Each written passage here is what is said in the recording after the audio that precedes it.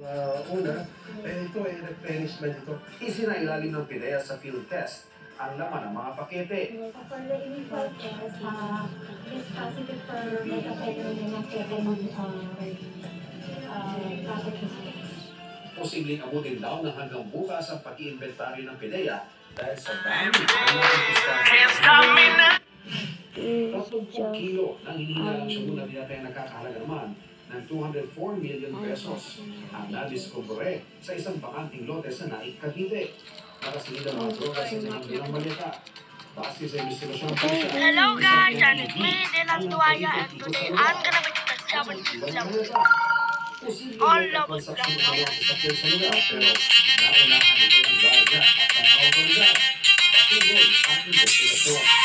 Dahil ang maninipisong kalagyan ng mga droga ang nadiskubre na kasilid sa Central Bill Exchange Center sa Pasay City. Kabilang rito ang 3,000 gramo na umunay ketamine at mahigit 200 gramo ng kush ayon sa Bureau of Customs.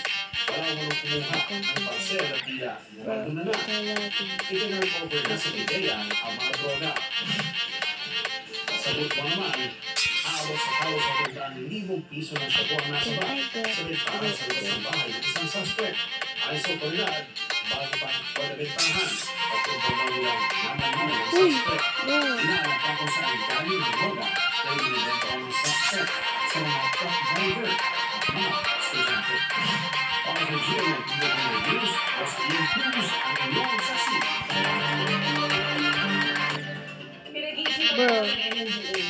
Wow.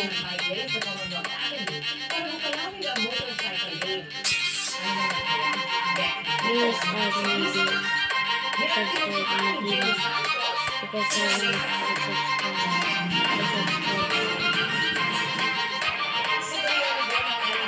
kasamang iba't ibang motorcycle rider group kaugnay sa no contact apprehension policy o NCAP.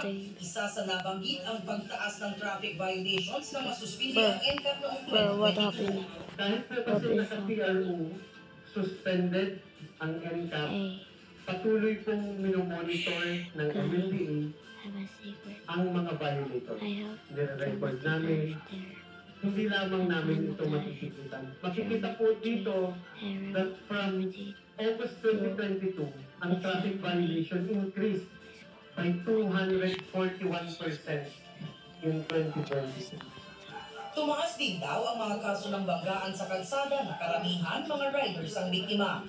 Ayon sa MMDA, isa sa benepisyo ng NCAP ang mas ligtas at mabilis na biyahe. Pero ayon sa mga grupo ng rider, marami pa rin dapat ayusin ngayong ipinatutupad na uli ang NCAP.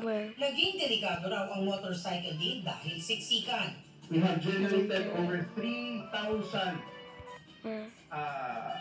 respondents. And in the 3,000 respondents, a whopping 92% said nadagdagan sila ng more than 60 minutes travel time during rush hours. Tinitignan ng MMDA ang posibilidad na palawigin ang motorcycle lane sa Commonwealth Avenue sa pamamagitan ng paghati sa kasalukuyang bike lane. Pero kailangan daw ikonsulta muna ito sa lokal na pamahalaan ng Quezon City, Department of Transportation at mga cyclist group. Kaya naman pinunsuhan namin ang mga siklistang halos araw-araw dumadaan sa bike lane. Kung plano raw hatiin ang bike lane sa mga siklista at driver, suhestyon ng isa, walang binan. Tagalan na natin na yan, mas tulad dapat. Awa, nakala yung pakinan. Kasi pag ito, masikip eh. So, kawawa naman kami. sabi naman ng isa, paglatag muna